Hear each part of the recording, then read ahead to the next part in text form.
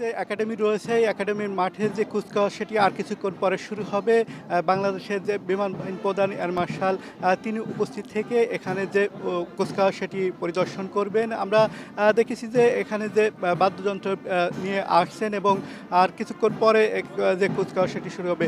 মূলত বিমান বাহিনী যে একাডেমি সেই একাডেমির যে আনুষ্ঠানিকতা যারা নবীন যারা ফ্লাইট হবেন তারা কিন্তু এখানে যে কুচকাওয়াজের এখানে অংশ নিচ্ছেন এবং এই আমরা দেখছি যে প্রাইড গ্রাউন্ডে এখানে আসছেন অনেকেই অতিথি আসছেন এবং এখানে যারা বিমান বাহিনীর ঊর্ধ্বতন কর্মকর্তারা রয়েছেন বিভিন্ন বাহিনীর প্রধানরা এসছেন এবং তাদের পরিবারবর্গর মানুষও কিন্তু এখানে আসছেন। সব মিলে এখানে আমরা দেখতে পাচ্ছি যে বিমান বাহিনীর যে একাডেমির ভবন রয়েছে এখানে সেই যে রাষ্ট্রপতি কুচকাওয়াজ সেটি হবে সে কারণে কিন্তু এই অধীর আগ্রহ রয়েছে। আর কিছুক্ষণ পরে হয়তো এই অনুষ্ঠানটি শুরু হবে আনুষ্ঠানিকভাবে। আমরা দেখছি যে বিভিন্ন যে বিমান রয়েছে ট্রেনিং বিমান সেগুলো কিন্তু এখানে সাজিয়ে রাখা রয়েছে এবং এই যে রাষ্ট্রপতি কুচকাওয়াজ সেটি কিছুক্ষণের মধ্যে শুরু হবে। আমরা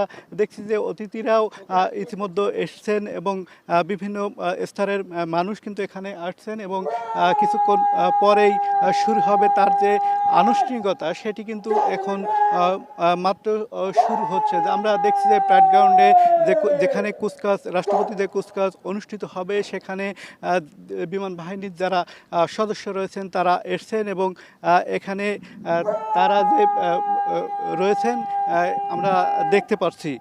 সব মিলে সাধারণ এখানে বিভিন্ন স্তরের মানুষ এসছেন এবং তারা এটি আসলে এই কুচকাওয়াজটি অনুষ্ঠিত হবে। এখানে এয়ার মার্শাল তিনি আসবেন এবং এসে কুচকাওয়াজ অনুষ্ঠিত হবে। তো সব মিলে আর কিছুক্ষণ পরে হয়তো এই অনুষ্ঠানটি শুরু হবে।